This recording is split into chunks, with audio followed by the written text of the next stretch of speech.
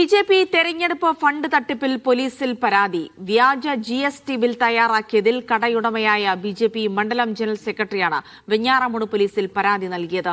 Fund തട്ടിപ്പിനായി ഉപയോഗിച്ച വ്യാജ GST bill media വണ്ണാണ് പുറത്തുവിട്ടത്. തട്ടിപ്പ് സർക്കാർ അന്വേഷിക്കണമെന്നാണ് CPMന്റെ ആവശ്യം.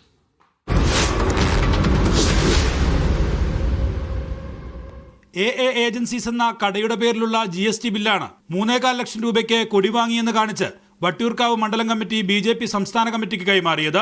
GST നമ്പർ പരിശോധിച്ചതിൽ നിന്നാണ് പലചരക്ക് കടയുടെ ബില്ലാണിതെന്ന് വ്യക്തമായത്. വ്യാജ ബില്ലിന്റെ പകർപ്പ് മീഡിയ വൺ പുറത്തുവിട്ടതിന് പിന്നാലെയാണ് പോലീസ് അന്വേഷണം ആവശ്യപ്പെട്ടുള്ള പരാതി. കടയുടമയായ BJP വാമനപുരം മണ്ഡലം ജനറൽ സെക്രട്ടറി പ്രമദചന്ദ്രനാണ് പരാതിക്കാരൻ. ഏജൻസി തിരുവനന്തപുരം മാത്രമേ ഉള്ളൂ. ഇത് നമുക്കുള്ള ഏജൻസി കണിച്ചോട് വാമനപുരം എന്നാണ് നമ്മൾ ആ പ്രസവത്തിൽ കിടക്കുന്നത്. GST നമ്പർ, FSSI നമ്പർ എല്ലാം നമ്മുടെ ബില്ലിൽ വരും. ഇതിൽ അങ്ങനെ ഒന്നുമില്ല, നമ്മുടെ സീലില്ല, നമ്മുടെ ഒപ്പില്ല.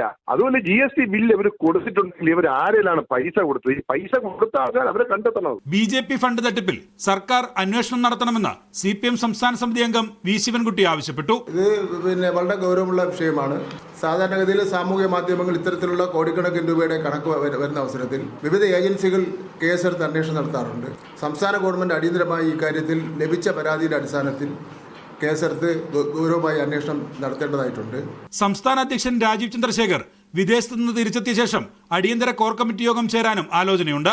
അന്വേഷണ കമ്മീഷന്റെ കണ്ടെത്തലിന്റെ അടിസ്ഥാനത്തിൽ മുതിർന്ന നേതാക്കൾക്കെതിരെ ഉൾപ്പെടെ നടപടിക്കും സാധ്യതയുണ്ട്.